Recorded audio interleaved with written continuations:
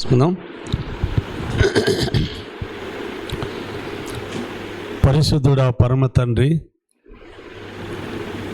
మహాదేవాది దేవుడా, నీకు స్తోత్రాలు.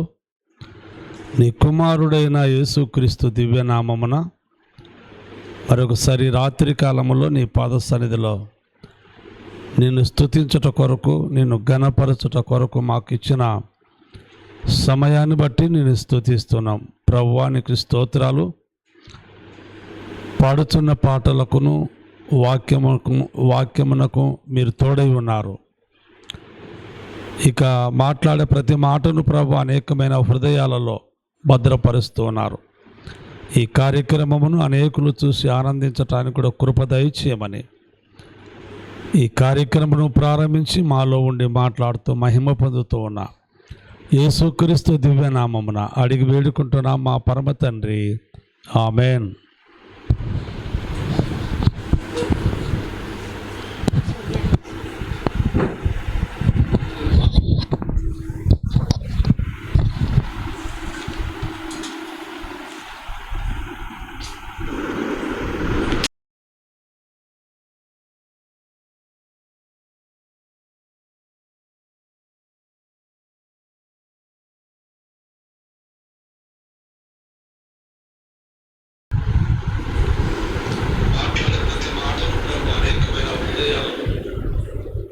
కుమ్మరి ఓ కుమ్మరి, జగతుత్పత్తిదారి, జిగట మన్నైన నా వంక చల్లగా చూడుమయ్యా, చల్లగా చూడుమయ్యా. కుమ్మరి ఓ కుమ్మరి, జగతుత్పత్తిదారి, జిగట మన్నైన నా వంక చల్లగా చూడుమయ్యా, చల్లగా చూడుమయ్యా. పనికి రాని పాత్రనని పారవేయకుమా, పొంగి పొరలు పాత్రగా చేసి నన్ను నింపుమా. సువార్తలోని పాత్రలన్నీ శ్రీయేసుని పొగడుచుండా, సాక్షిగా నుండు పాత్రగా చేసి సత్యముతో నింపుము తండ్రి, సత్యముతో నింపుము తండ్రి. కుమ్మరి ఓ కుమ్మరి, జగతుత్పత్తిదారి, జిగట మన్నైన నా వంక చల్లగా చూడుమయ్యా, చల్లగా చూడుమయ్యా. విలువలేని పాత్రను నేను, కొనువారు లేరెవ్వరు, వెలలేని నీదు రక్తంబుతో వెలుగొందు పాత్రగా చేసి ఆటంకముల నుండి తప్పించి నన్ను ఎల్లప్పుడు కాయుమయ్యా, ఎల్లప్పుడు కావుమయ్యా. కుమ్మరి ఓ కుమ్మరి, జగతుత్పత్తిదారి, జిగట మన్నైన నా వంక చల్లగా చూడుమయ్యా, చల్లగా చూడుమయా.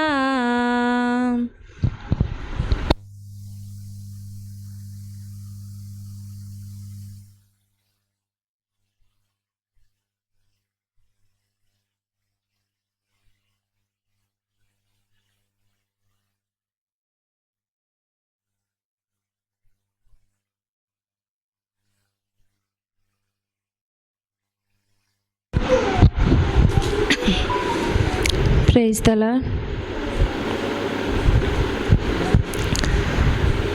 ఓ ప్రభువా, ఓ ప్రభువా, నీవేన మంచి కాపరివి, నీవేన మంచి కాపరివి. ఓ ప్రభువా, ఓ ప్రభువా, నీవేన మంచి కాపరివి, నీవేన మంచి కాపరివి. దారి తప్పిన నన్ను నీవు వెదకి వచ్చి రక్షించితివి. దారి తప్పిన నన్ను నీవు వెదకి వచ్చి రక్షించితివి. నిత్య జీవమునిచ్చిన దేవా, నిత్య జీవమునిచ్చిన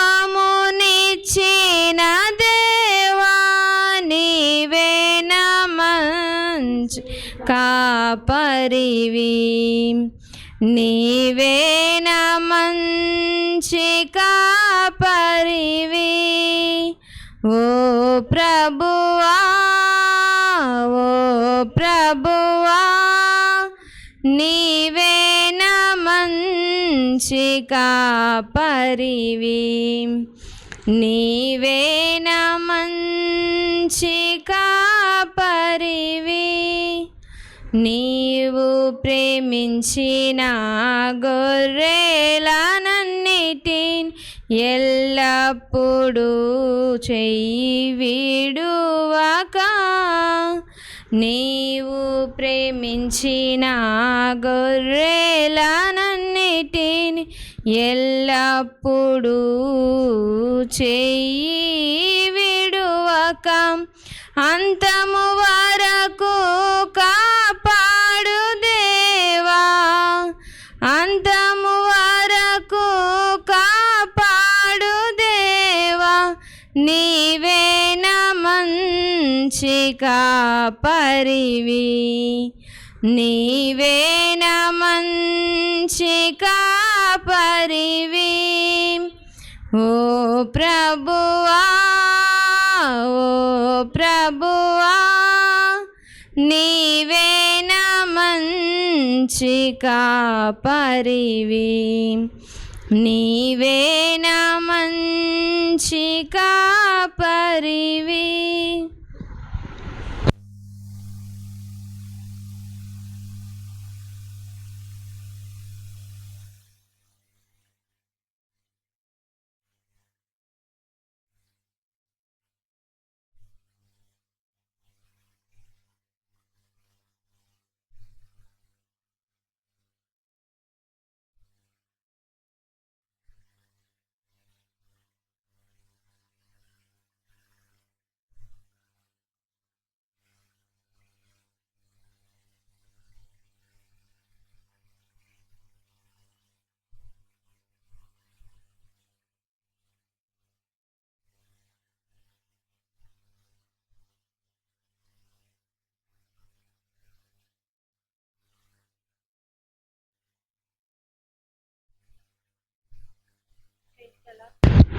ప్రైజ్ ది లార్డ్.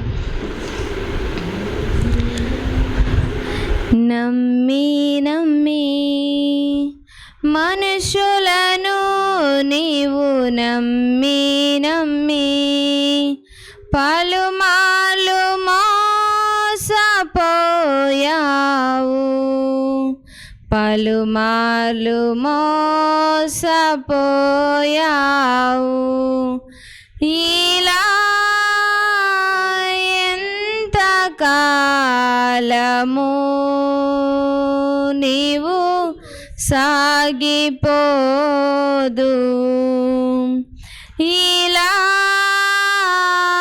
ఎంత కాలము నీవు సాగిపోదు. నమ్మి నమ్మి మనుషులను నీవు నమ్మి నమ్మి, రాజులను నమ్మి బహుమతిని ప్రేమించిన బిలాము ఏమాయెను, దైవ దర్శనం కోల్పోయెను. నా యేసయ్యను నమ్మిన ఎడల ఉన్నత బహుమానము నీకు నిశ్చయమే. నా యేసయ్యను నమ్మిన ఎడల ఉన్నత బహుమానము నీకు నిశ్చయమే. నమ్మి నమ్మి మనుషులను నీవు నమ్మి నమ్మి, ఐశ్వర్యము నమ్మి వెండి బంగారము ఆశించిన ఆకాను ఏమాయెను, అగ్నికి ఆహుతి ఆయెను.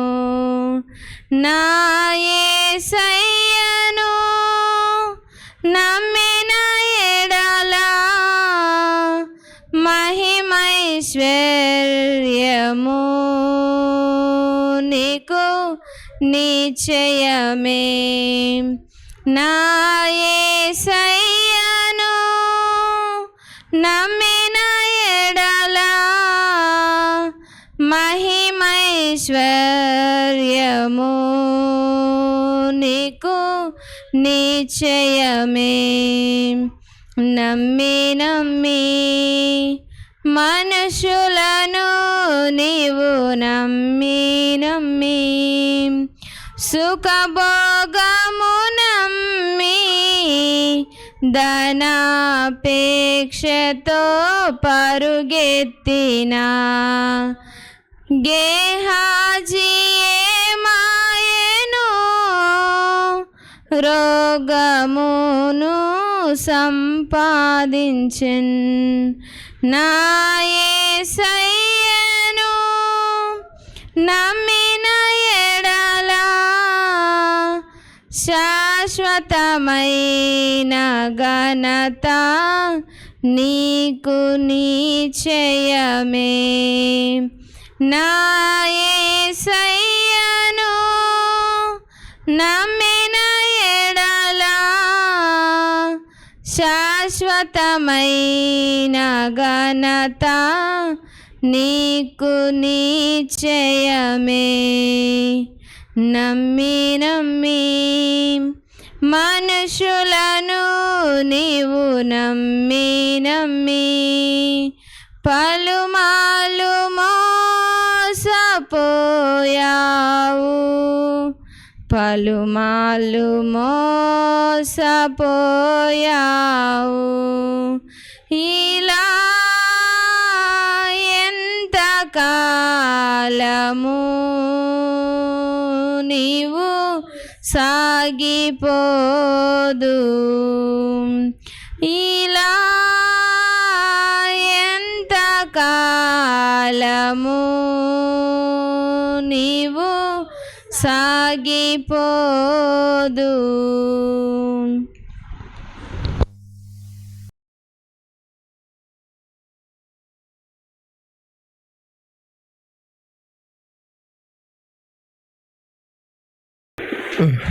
కళ్ళు మూసుకొని అందరు ప్రార్థన చేసుకో. పరిశుద్ధుడా, జీవము గల దేవా, నీతిమంతుడా, నీకు వందనాలు నా తండ్రి. ఈ రాత్రి వేళ కాల సమయంలో మీరు ఇచ్చిన అవకాశం తండ్రిని బట్టి నీకు వందనాలు నా దేవా.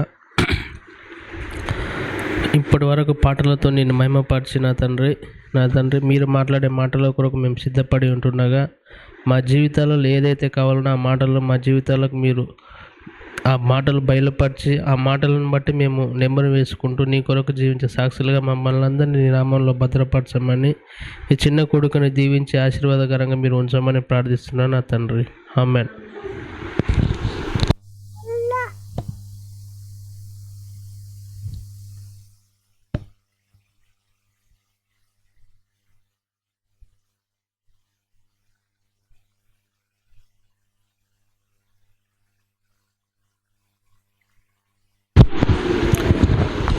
Praise the lord.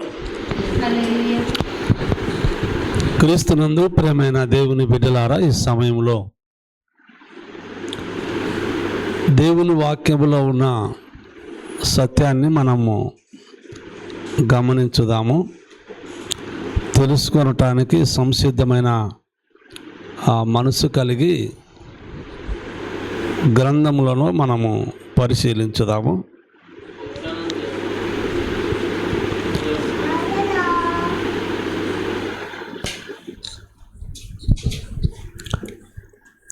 ఫిలిప్పీయులకు రాసిన పత్రిక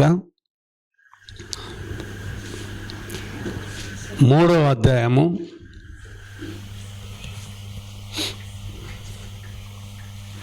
9వ వచనం మాత్రమే చదువుకుందాం. క్రీస్తును సంపాదించుకొని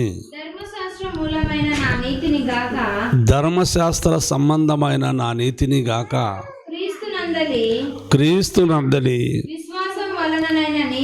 విశ్వాసము వలనైన నీతి అనగా విశ్వాసమును బట్టి దేవుడు అనుగ్రహించు నీతి గలవాడనై ఆయన యందు అగుపడు నిమిత్తమును. చాలమ్మ, దయచేసి ఒక మాట మాత్రమే మీకు తెలియచేస్తూ ఉంటున్నాను. పౌలు చెప్తున్నట్టు మాటలో ఒక్క మాట మాత్రమే మీతో మాట్లాడదలుచుకున్నాను. అయితే ఆ మాట ఏమిటిది అంటే, క్రీస్తును సంపాదించుకొని. ఇక నేను చెప్పబోయే మాట ఏమిటిది అంటే, క్రీస్తును సంపాదించుకొనుట. క్రీస్తును సంపాదించుకొనటానికి మనకున్న ధనధాన్యాలు సరిపోవు, మనకున్న ఏ వెండి బంగారాలు కూడా సరిపోవు. అలా క్రీస్తును సంపాదించుకోలేము. దేవుని బిడ్డలారా, సమస్త ప్రజలారా, ఇక్కడ వ్రాయబడిన మాటలో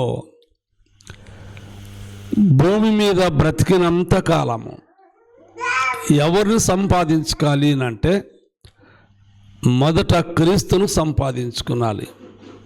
క్రీస్తు అనగా అభిషేక్తుడు. ఆయన మనలను కూడా అభిషేక్తులనుగా చేస్తాడు. క్రీస్తు అన్నిటికంటే ముందున్నవాడు. అయితే క్రీస్తును సంపాదించుకోనమని దైవ గ్రంథం సెలవిస్తూ ఉంది. ఈ రోజుల్లో మనం చూస్తూ ఉంటున్నాం, ఏదేదో మనము భూమి మీద సంపాదించుకున్నప్పుడు అది డబ్బే కావచ్చు, వెండి బంగారములే కావచ్చు, తరువాత ఇక భూములు, ఆస్తి ఏదైనా కావచ్చు. అప్పుడు మనకు ఉన్నతమైన స్థితి మన దగ్గర ఉంటుంది. అప్పుడు మనం ఇంకా ఏమైనా చేయగలము, ప్రభును కూడా ప్రకటించగలము. ముందు మనకు ఆస్తి ఉండాలి, లేక డబ్బు ఉండాలి, వెండి బంగారు కూడా ఉండాలి. ఎక్కడైనా కూడా ఖర్చు పెట్టి దేవుని పనులు చేయటానికి ఆస్కారం ఉంటుంది అని ప్రజల యొక్క అభిప్రాయము. అయితే సహోదరుడా సహోదరి, ఈ రాత్రి కాలంలో కొన్ని లేఖనాలు మీతో చెప్తాను, జాగ్రత్తగా వినండి. ఒకసారి మత్తయి సువార్త 16వ అధ్యాయంలో 26వ వచనాన్ని చదవండి. ఒక మనుషుడు లోకమంతయు సంపాదించుకొని తన ప్రాణమును పోగొట్టుకుంటే అతనికి ఏమి ప్రయోజనము? చాలేమ్మా. దయచేసి పైన మనము ఫిలిప్పులకు రాసిన పత్రికలో చదువుకున్నాము.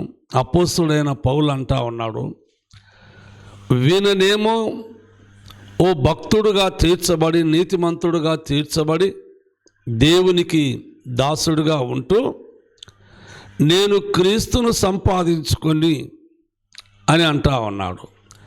ఇక మనం మత్తయి సువార్తలోకి వచ్చేసరికి ఒకడు లోకములో ఉన్నదంతా కూడా సంపాదించుకున్నాడంట. లోకములో ఉండేదంతా కూడా సంపాదించుకున్నాడంట. కానీ అతని ప్రాణమునకు విలువ లేనప్పుడు, అంటే పరలోకము లేనప్పుడు, పరలోకపు జ్ఞానమే లేనప్పుడు అతని ప్రాణము కోల్పోయినాడు అంటే అతనికి ఏమి ప్రయోజనము అని వ్రాయబడింది. అంటే ఈ లోకములో ఏ సంపాదన ఉండని, కొన్ని కోట్లకు మించినని, కోట్లకు అధిపతి కూడా అయ్యవచ్చు, కానీ ప్రయోజనం ఏమి అని బైబిల్ గ్రంథం మనలను ప్రశ్నిస్తుంది. దానికి దైన జవాబు మనం చెప్పలేము. ప్రయోజనము లేనిది ఎంతైతే ఏం చేయాలి అంటే లోకమును సంపాదించుకోనాలి, లోకములో ఉన్న వాటిని సంపాదించుకునాలి. సంపాదన మన దగ్గర ఉంటే ఏమైనా చేయగలము అని చాలామంది యొక్క ఆలోచన. అయితే ప్రయోజనం ఏమి, దానికి జవాబు చెప్పాలి ప్రతి ఒక్కరు కూడా. లోకమంతా సంపాదించుకున్నాడు ఈ వ్యక్తి, కానీ తన ప్రాణానికి విలువ లేకుండా ప్రయోజనము లేని సంపాదన ఇది. కానీ అపోస్తలుడైన పౌలు క్రీస్తును సంపాదించుకున్నాను అని చెప్తున్నాడు. క్రీస్తును సంపాదించుకున్నాను. క్రీస్తు మన కొరకు పరలోకము నుండి భూలోకానికి వచ్చాడు. ఆయన క్రీస్తును సంపాదించుకుంటే ఎంతో ప్రయోజనం ఉంటుంది, పరలోకం కూడా ఉంటుంది, పరలోకంలో ఉన్న ఆశీర్వాదాలు కూడా ఉంటాయి. అయితే దేవుని బిడ్డలారా, లోకంలో ఉన్నదంతా కూడా సంపాదించుకున్న తర్వాత ప్రయోజనం లేని స్థితి వస్తూ ఉంది, విలువ లేని స్థితి వస్తూ ఉంటుంది. అందుకు అతనికి ఏమి ప్రయోజనము అని మనం చూస్తూ ఉంటున్నాము. మరి ఈ రోజుల్లో ఎక్కడ చూడండి, ఏదన్నా దేవుని పని చేయాలన్నా, సేవ చేయాలన్నా, ఇక సంపాదన మనకు అవసరము, డబ్బు మనకు అవసరము. ముందు ఇక్కడ సంపాదించుకోవాలి బాగా బలంగా, అప్పుడు అన్ని పనులు జరుగుతాయి అని చాలామంది కూడా ఆలోచిస్తున్నారు. అయితే నేను ఒక మాట అందరికీ చెప్తా ఉంటున్నాను, ఈ లోకములో ఉన్నదంతా సంపాదించుకున్నాలని ప్రయాసపడుతున్న ఏ వ్యక్తి అయినప్పటికైనా ప్రయోజనం లేని బ్రతికే తప్ప అది ప్రయోజనకరమైనది మాత్రం కాదు. అతనికి ఏమి ప్రయోజనము, అతనికి ఏమి లాభము? అతడు తన ప్రాణాన్ని కోల్పోయిన తరువాత, లేక ఈ లోకాన్ని విడిచిన తరువాత అతని యొక్క ఆత్మకు లేక తన ప్రాణమునకు వచ్చిన ప్రయోజనమేముంది? గనుక దయచేసి పౌల్లాగా మనం ఏమి సంపాదించుకునాలి అని అంటే క్రీస్తును మాత్రమే సంపాదించుకునాలి, ఆయన జ్ఞానమును మాత్రమే సంపాదించుకునాలి. అంతకంటే మించి ఈ లోకములో ఏ సంపాదన కూడా విలువైనది కాదు. గనుక క్రీస్తును సంపాదించుకున్న వాళ్ళే వారు మంచి తెలివి పరులు అని మనం చెప్పచ్చు. ఎందుకు అనగా క్రీస్తు పాపము లేనివాడు, దోషము లేనివాడు. ఆయనను సంపాదించుకోవాలి. మన సంపాదన కూడా ఏమిటి అంటే క్రీస్తును సంపాదించుకోవాలి. ఆస్తి కన్నా ముఖ్యంగా క్రీస్తును సంపాదించుకోవాలి. కానీ లోకమంతా సంపాదించుకుంటే బాగుంటుంది కూడా అనుకుంటున్నారు, కానీ ప్రయోజనం అయితే ఉండదు. క్రీస్తును సంపాదించుకున్న వాళ్లకు ప్రయోజనం ఉంది. ఇంకొక మాట కూడా చదివితే ఇలా రాయబడి ఉంది, మార్కు సువార్తలో 8వ అధ్యాయము 36వ వచనములో చూద్దాం. ఒకడు సర్వలోకమును సంపాదించుకొని తన ప్రాణమును పోగొట్టుకొనుట వానికి ప్రయోజనమేముంది? దయచేసి మనం చూస్తూ ఉన్నాం, దేవుని యందు విశ్వాసముంచిన దేవుని బిడ్డలు కావచ్చు, తర్వాత యేసుక్రీస్తును ప్రకటించే వాళ్ళు కావచ్చు. ఇక్కడ మనం పౌలును చూస్తూ ఉన్నాము, ఈలోక సంబంధంగా కొంతమంది మనుషులను కూడా చూస్తూ ఉంటున్నాం. గనుక తన ప్రాణమునకు విలువలేని సంపాదన, అది ఆస్తి కావచ్చు, వెండి బంగారాలు కావచ్చు, అవి పరలోకమును ఇవ్వవు. ఆస్తి పరలోకాన్ని ఇవ్వదు, ఈ లోక సంపాదన కూడా పరలోకాన్ని ఇవ్వదు. ఇక ఏదో డబ్బుంటే ఇంకా విలువైన కార్యక్రమములు చేయొచ్చు అని చెప్పి అనుకుంటారు. ఆనాడు పౌలు ఎందుకు ఈ మాట అన్నాడు? ఆయన కూడా అనాల్సింది, లోకములో నాకు మంచిగా డబ్బు ఉండాలి, ఆస్తి ఉండాలి, అప్పుడు ఎక్కడైనా గొప్ప మహాసభలు జరుపుతాను అని చెప్పి అనాల్సింది. అలా అనడం లేదు, క్రీస్తును సంపాదించుకోవాలి. ఇక ధర్మశాస్త్ర సంబంధమైన నా నీతిని కాకుండా దేవుడు అనుగ్రహించే నీతి నాకు కావాలి. ఆ నీతిని సంపాదించుకోవడమే క్రీస్తును సంపాదించుకొనుట.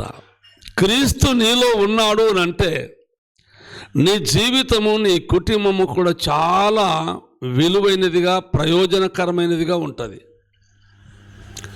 దయచేసి మనం గమనించాలి, సేవకులమైన మనం కూడా యేసుక్రీస్తును ఎలా ప్రకటిస్తున్నాము, ఎలాగూ ప్రజలకు తెలపరుస్తున్నాం అనేది మనం చెప్పాలి. చూడండి, ఇంకొక మాట మీకు చెప్పాలి. లూకా సువార్తలో ఉంటుంది, 9వ అధ్యాయము 25వ వచనాన్ని చదవండి. ఒకడు లోకమంతయు సంపాదించి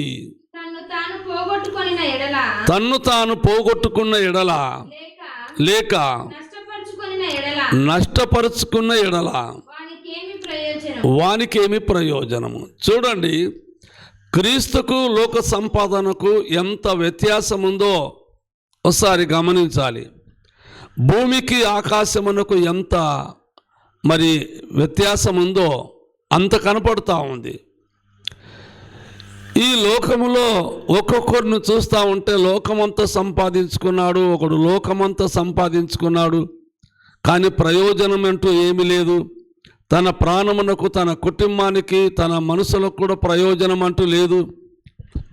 ఆ కుటుంబంలో క్రీస్తు లేడు. లోకమును సంపాదించుకొని లోకధనము కలిగి లోకములో ఉన్న ఐశ్వర్యం కలిగి ఉండటం ఎంత మేలు అని అనుకుంటున్నారు చాలామంది.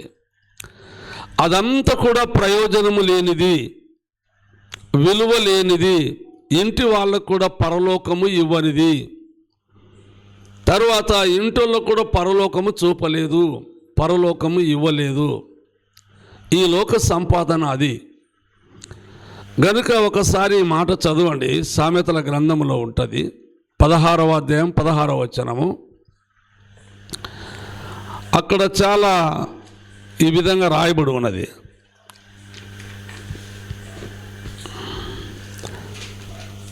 16వ అధ్యాయం 16వ వచనం.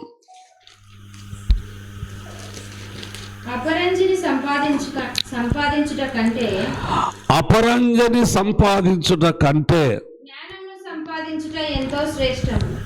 జ్ఞానమును సంపాదించుట ఎంతో శ్రేష్టము. రెండో విషయాన్ని చెప్తా ఉంటున్నారు. క్రీస్తును సంపాదించుకున్న వాళ్ళు క్రీస్తులో ఉన్న జ్ఞానమును కూడా సంపాదించుకునాలి. సహోదరుడా, సహోదరి, విశ్వాసులమైన మనము లేక సేవకులమైన మనము ఒకటి క్రీస్తును సంపాదించుకునాలి, రెండవదిగా జ్ఞానమును సంపాదించుకునాలి. జ్ఞానము ప్రయోజనకరమైనదే. క్రీస్తును సంపాదించుకున్నాం అంటే ఆయన మనకు ఎంతో ప్రయోజనకరమై ఉన్నాడు. గనుక ఈ వాక్యమును బట్టి మనం ఇంకా ఏమి సంపాదించుకోవాలి అని అంటే మనము జ్ఞానమును సంపాదించుకోవాలి. గనుక ఈ మాటలో ఉన్న గొప్ప సత్యాన్ని మనం గమనించాలి. దేవుని బిడ్డలారా, ఇక కింది లైన్లో కూడా ఇలా రాయబడి ఉంటుంది, వెండిని సంపాదించుట కంటే మూడవది తెలివిని సంపాదించాలంట. ఆ తెలివి ఎవరు అనగా యేసుక్రీస్తును అనుగ్రహించేది. ఇక మనం ఒక్కొక్క విషయాన్ని గమనించాలి. క్రీస్తును సంపాదించుకునాలి, జ్ఞానమును సంపాదించుకునాలి, మూడవది తెలివిని సంపాదించుకునాలి. ఇది దైవ పిల్లలకు వర్తిస్తుంది, సేవకులకు ఇష్టమైనది. ఈ విధంగా మనము సంపాదన కలిగి ఉండాలి అని దైవ గ్రంథం సెలవిస్తూ ఉంది. ఈ మూడిటి విషయంలో మనం చూస్తూ ఉన్నాము. జ్ఞానమును సంపాదించిన వారు మొదట క్రీస్తును సంపాదించిన వాళ్ళు, రెండవదిగా జ్ఞానమును సంపాదించడం వాళ్ళు, మూడవదిగా బుద్ధిని సంపాదించాలి. అందుకు ఇందులో వ్రాయబడిన మాటలు మనము చూస్తూ ఉంటున్నాము. దేవుని బిడ్డలారా, ఇంకొక మాట కూడా చదవండి. అందులోనే 4వ అధ్యాయము, సామెతల గ్రంథం 4వ అధ్యాయము 7వ వచనాన్ని చదవండి. జ్ఞానమును సంపాదించుకొనుటయే జ్ఞానమునకు ముఖ్యాంశము. నీ సంపాదన అంతయు ఇచ్చి బుద్ధి సంపాదించుకొనుము. చాలేమ్మా, మనం చూస్తూ ఉంటున్నాము జ్ఞానమును ఏ విధంగా మనం సంపాదించుకున్నాలో ఇదంతా కూడా మనకు తెలియచేయబడతా ఉంది.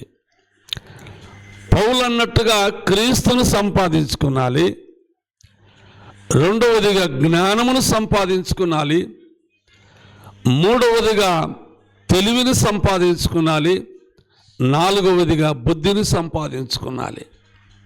వీళ్ళు ప్రయోజనకరమైన వాళ్ళు, క్రీస్తుకు అంకితమైన వాళ్ళు, దేవునికి ఇష్టమైన వాళ్ళు, దేవునికి అనుకూలమైన వాళ్ళు, వీళ్ళే దేవుని పిల్లలు అని అంటారు. ఈ 4 విషయాలను మనం చూస్తూ ఉంటున్నాం. ఇక లోకములో మనం కొందరిని చూసాము. లోకమంతటిని సంపాదించుకున్నాడు, తనకేమీ ప్రయోజనం లేదు. ఇంకొకడు కూడా లోకమును సంపాదించుకున్నాడు, సర్వలోకమును కూడా సంపాదించుకున్న వానికి కూడా ప్రయోజనము లేదు. వాళ్ళకు ప్రయోజనం లేదు, పరలోకము లేదు, క్రీస్తు లేడు అని మనం వింటున్నాం. అయితే క్రీస్తును సంపాదించుకున్న వాళ్ళకు క్రీస్తు ఉన్నాడు అని, ఆయన జ్ఞానం ఉంటుందని, ఆయన తెలివి ఉంటుందని, ఆయన బుద్ధి ఉంటుందని, వాళ్ళు చాలా ప్రయోజనకరమైన వాళ్ళు అని మనము చక్కగా ఈ మాటలను వింటూ ఉన్నాం. దయచేసి మనము సంఘాలకు చెప్పేటప్పుడు కూడా దేవుని వాక్యమును చెప్పడంలో కాస్త మంచి ఆలోచనలతో ధ్యానం చేసి విశ్వాసులకు ప్రయోజనకరమైన బోధ మనం బోధించాలి. సహోదరుడా, సహోదరి, ఈ లోకములో ఉండేది ఎలాంటిది అంటే ఇది విలువలేని సంపాదన. గనుక మనము 4 విషయాలను ఇక్కడ గమనిస్తున్నాం. మొదట క్రీస్తును సంపాదించుకున్నాం, క్రీస్తు జ్ఞానమును సంపాదించుకున్నాం, క్రీస్తు తెలివిని సంపాదించుకున్నాం, క్రీస్తు బుద్ధిని సంపాదించుకున్నాం. మనము చాలా ప్రయోజనకరమైన మనుషులము, దేవుని సేవకులము. గనుక ఇంకొక మాట కూడా చదవండి. అందులోని 4వ అధ్యాయంలో, సామెతల గ్రంథం 4వ అధ్యాయంలో 5వ వచనాన్ని చదవండి. జ్ఞానము సంపాదించుకొనుము, బుద్ధి సంపాదించుకొనుము, నా నోటి మాటలను మరవకుము, నా నోటి మాటలను మరవకము, వాటి నుండి తొలగిపోకము. మనకు ఇదే పదే పదే దేవుని మాటలు చెప్పడం జరుగుతూ ఉంది. మనమేమి సంపాదించాలి అనేది. దయచేసి దేవుని వాక్యంలో ఉన్న సత్యాన్ని గమనించాలని ప్రభునామమున మీకు తెలియచేస్తుంటున్నాను. దేవుని బిడ్డలారా, మనం ఎవరము? క్రీస్తును సంపాదించుకున్న వారమా, లేక లోకమును సంపాదించుకుంటున్నామా? లేక క్రీస్తు యొక్క జ్ఞానమును సంపాదించుకుంటున్నామా, లేక లోక జ్ఞానమును సంపాదించుకుంటున్నామా? మూడవది, క్రీస్తు తెలివిని సంపాదించుకుంటున్నామా, లేక లోకములో ఉన్న తెలివిని సంపాదించుకుంటున్నామా? నాలుగవది, క్రీస్తు బుద్ధిని సంపాదించుకుంటున్నామా, లేక లోకములో ఉన్న బుద్ధిని సంపాదించుకుంటున్నామా? దయచేసి ప్రయోజనకరమైనది ఏమిటిది అంటే, నీ జీవితమునకు, నీ కుటుంబమునకు, నీ పిల్లలకును, నీ బంధువులకును, నీ దేశమునకు కూడా క్రీస్తును సంపాదించుకున్నావు అని అంటే అది చాలా ప్రయోజనకరమైనది, విలువైనది, ఘనమైనది కూడా. ఈ 4టిలో మన జీవితము ఉండాలి. గనుక ఈ లోకములో ఉండేది అంతా కూడా ఆ శరీరాశయు, నేత్రాశయు, జీవపు డమ్మము అని మనము గ్రంథములో చదువుతూ ఉంటాము. కానీ క్రీస్తు నిరంతరం ఉంటాడు, నిత్యం ఉంటాడు. క్రీస్తును సంపాదించుకున్న వాళ్ళు క్రీస్తులోనే ఉంటారు, క్రీస్తు కూడా వాళ్ళలోనే ఉంటారు. ఆ క్రీస్తు యొక్క జ్ఞానమును కూడా మనం సంపాదించుకున్నామంటే ఆయన జ్ఞానములో మనం ఉన్నట్టు, ఆయన జ్ఞానము మనలో ఉన్నట్టు. తర్వాత మూడవది, క్రీస్తు తెలివిని సంపాదించుకున్నామంటే ఆ తెలివి మనలో ఉంది, ఆ తెలివిలో మనమున్నాము అనేది తెలిసిపోతూ ఉంది. నాలుగవది, క్రీస్తు యొక్క బుద్ధి మనము సంపాదించుకున్నాం. అంటే చాలా ప్రయోజనకరమైన పరిస్థితి మనకుంది. గనుక దయచేసి దేవుని వాక్యమును వింటున్న ప్రతి ఒక్క సహోదరుడు, సహోదరి ఒక్కసారి గమనించాలి. నీ కుటుంబంలో క్రీస్తును సంపాదించుకున్నావా? నీ కుటుంబంలో క్రీస్తు ఉన్నాడా? క్రీస్తు జ్ఞానం ఉందా? క్రీస్తు తెలివి ఉందా? క్రీస్తు యొక్క బుద్ధి ఉందా? అప్పుడు ఆ ఇల్లు ప్రయోజనకరమైనది. గనుక చాలా మట్టుకు చాలా జాగ్రత్తగా మీరు గమనించాలని ప్రభు పేరట నేను మనవి చేస్తూ ఉంటున్నాను. దైవ బిడ్డలారా, చివరిగా ఇంకొక మాట చదువుకొని మనము ప్రార్థనలోకి వెళుదాము. చూడండి, అదే సామెతల గ్రంథములో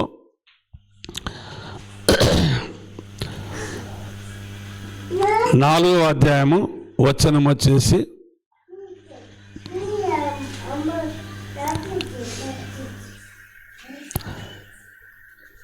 18వ వచనాన్ని చదువుకోదాం.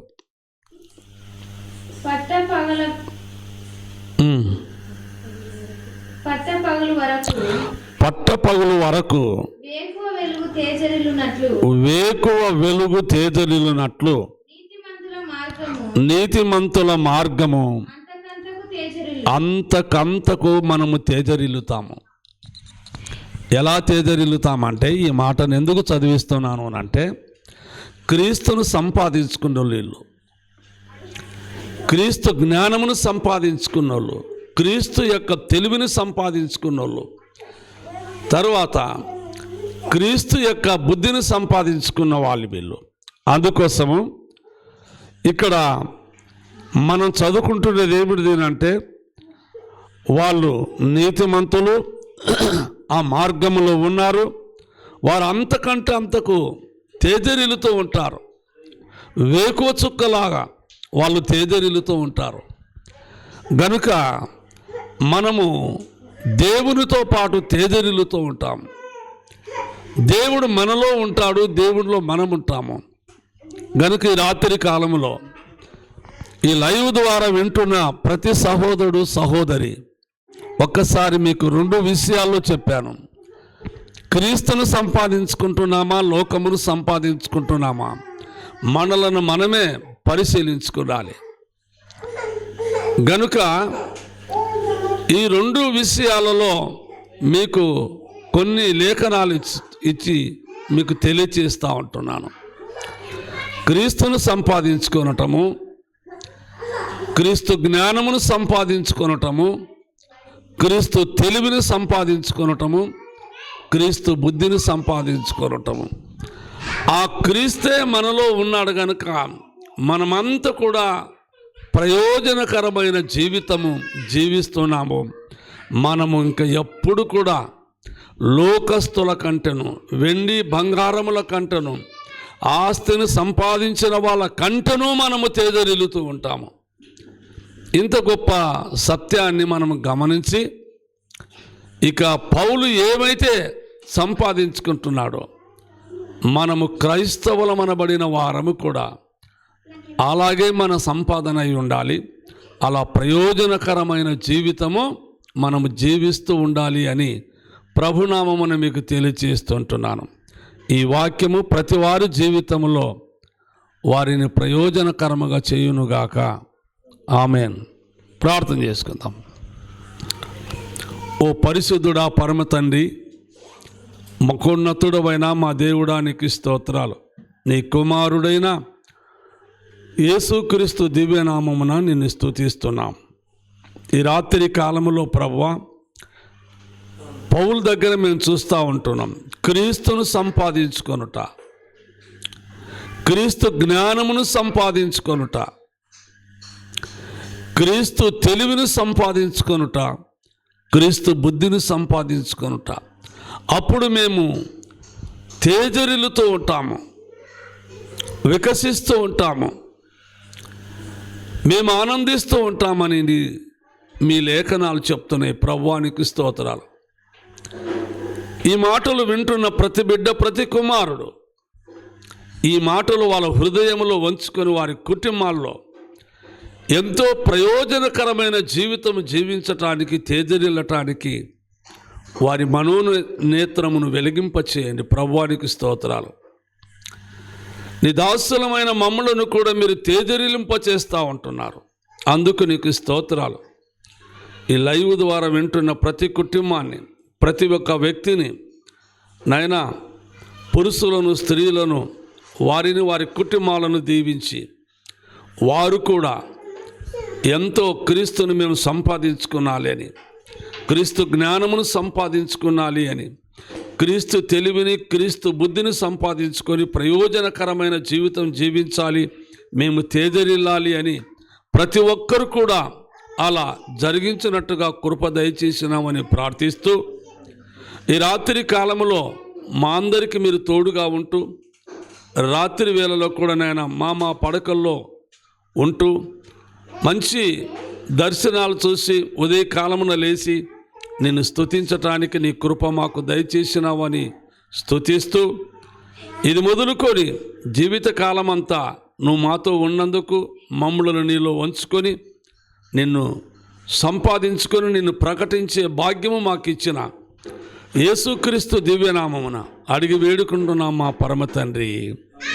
మన పరమ తండ్రి ప్రేమయు, మన ప్రభు అయిన యేసుక్రీస్తు కృపయు, పరిశుద్ధాత్మ అన్యోన్య సహవాసము, సహాయము క్రీస్తును సంపాదించుకొని ఆయనలో కొనసాగుతున్న ప్రతి బిడ్డకును ప్రతి కుమారునికి ఇది మొదలుకొని ఆయన వచ్చే రాకడ పర్యంతరం వరకు మరి ఆయన కృపా సత్యములు నీతి సమాధానములు మనందరికి తోడుగా ఉండి నడిపించునుగాక. Amen, amen, amen. అందరికీ వందనాలు.